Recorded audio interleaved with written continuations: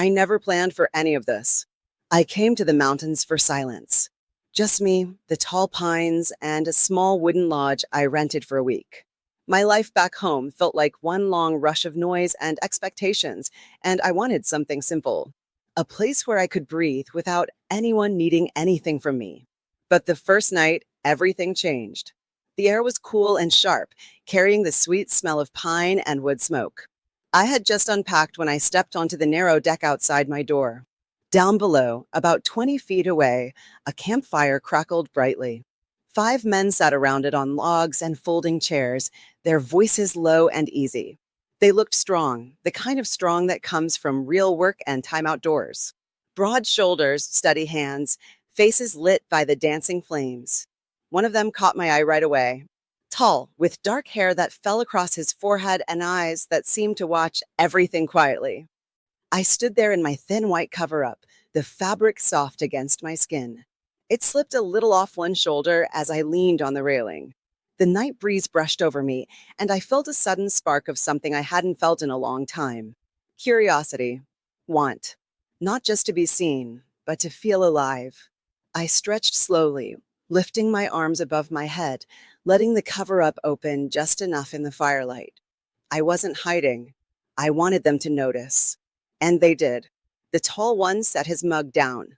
His gaze moved over me, slow and warm. The others turned too. A quiet ripple of low voices passed between them. I smiled to myself, heart beating a little faster. Then I turned toward my door, glancing back over my shoulder. Our eyes met. It was a simple look, but it said everything. Come closer if you want this. I stepped inside, leaving the door open behind me. I barely had time to set the bottle of red wine on the small table before I heard boots on the wooden steps. The door clicked shut gently. His presence filled the room. You always invite strangers in like that? His voice was deep, rough around the edges, but kind. I turned to face him. He stood just inside the doorway, tall and solid, the firelight from outside painting soft shadows across his face. Only when they decide to step inside, I answered, smiling. He took one step closer, then another. The space between us felt electric. I reached for 2 glasses, but my hand brushed his arm as I passed him the bottle. His fingers touched mine, warm and steady. That simple touch sent a quiet shiver through me. Not fear, longing. He poured slowly, eyes never leaving mine. We stood close enough that I could feel the heat coming off him. When he handed me my glass, our fingers lingered again. This time his thumb brushed the back of my hand, soft and deliberate. We talked for a minute. Small things. How quiet the mountains felt. How the stars looked brighter up here. But the words were just a cover for what was really happening. The way his eyes held mine. The way my breath caught every time he shifted closer. Then he set his glass down. Be careful what you start, he said quietly. It might not end easy. I stepped right into his face, close enough that our chests almost touched. Maybe I don't want easy. His hand found my waist. Gentle but sure. He pulled me in until our bodies met. The warmth of him wrapped around me like a promise. I tilted my head up, and he leaned down. Our lips brushed once, soft and questioning. Then again, slower, deeper. His other hand came up to cup the side of my face, thumb tracing my cheek. I melted into the kiss, letting the quiet hunger build between us. We moved together toward the bed without breaking apart. I gave him a gentle push, and he sat on the edge, looking up at me with dark, half-lidded eyes and a small smile that said he was letting me lead. I loved that. I climbed onto his lap, knees on either side of him. My hands rested on his shoulders, feeling the solid strength there. His hands settled on my hips, warm through the thin fabric. We stayed like that for a long moment, just breathing each other in. Foreheads touching, hearts beating close. I kissed him again, slower this time, exploring the taste of him, the way his lips moved with mine. His arms wrapped around my back, holding me close. One hand slid up my spine, fingertips light, leaving trails of warmth. I shivered and pressed nearer, wanting more of that feeling. The connection. The quiet understanding passing between us without words. His breath grew a little rougher against my mouth. Mine did too. We moved in small rhythms, bodies rocking gently together, hands learning each other's shapes. I ran my fingers through his hair, down the back of his neck, feeling the way he responded to every touch. He held me tighter, one palm pressed flat against my lower back, keeping us locked in that perfect closeness.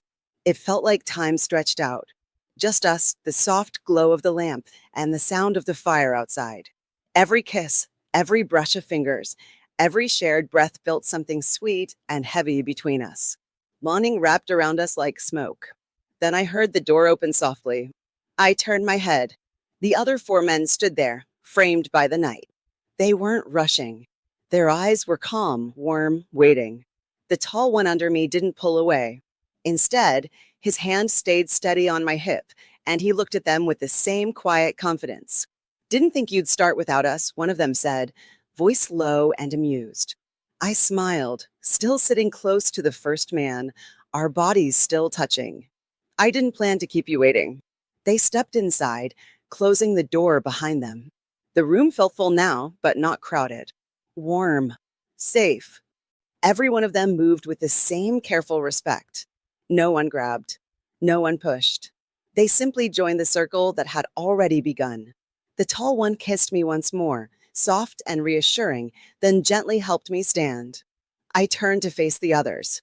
My heart was racing, but not from nerves, from excitement, from the thrill of choosing this, of wanting all of them here with me. One by one, they came closer. The second man, broad-shouldered with a kind smile, reached out first. His fingers brushed my arm, light as a question. I answered by stepping into him. He wrapped his arms around me, pulling me against his chest. I rested my cheek there for a moment, listening to his heartbeat. Strong, steady. His hand stroked my back in slow circles. Then he tilted my chin up and kissed me, gentle at first, then deeper, matching the hunger I felt. While he held me, another set of hands found my waist from behind. Warm, careful. The third man pressed close, lips brushing the side of my neck. Not biting, just breathing me in. I leaned back into him, letting the three of us sway together in a slow, shared rhythm. Arms around me, hands on my hips, lips finding my shoulder, my jaw, my mouth again. It wasn't rushed. It was like a dance. I moved between them, confident and open. I kissed the fourth man next, standing on my toes, my hands on his chest. He held my face like I was something precious, thumbs stroking my cheeks while our lips met. The fifth man waited his turn, but when I reached for him, he pulled me into a hug that lifted me slightly off the ground. His arms were strong and safe. I laughed softly against his mouth as we kissed, and he smiled into it. We found our way to the big bed together. Blankets and pillows scattered around us. I stayed in the center, surrounded by warmth. Hands touched my arms, my shoulders, my back. Gentle strokes. Fingers lacing with mine. Lips pressed to my forehead, my temple, the curve of my neck. Every touch felt like a promise. Every kiss like a secret shared. I moved between them slowly, taking my time. I would kiss one while another held me from behind, arms wrapped around my waist, chin resting on my shoulder. Then I would turn and find a new pair of lips, a new set of hands exploring my sides, my hips, always gentle, always asking without words if this was still good. It was. More than good. Their eyes stayed on mine, checking in, smiling when I smiled, whispering soft things. You feel incredible. Tell us what you want. We've got you. I felt completely held, completely seen. The night stretched on like that. Slow waves of closeness. Moments where I would lie back and they would surround me, trading places naturally, hands never leaving my skin for long. Fingers tracing lazy patterns on my arms. Lips brushing my collarbone. Someone's heartbeat against my back. Someone else's breath warm on my neck. At one point, I sat up on my knees in the middle of them. They formed a loose circle around me. I reached out, touching each of them in turn. A hand on a strong shoulder. Fingers sliding down a bare arm.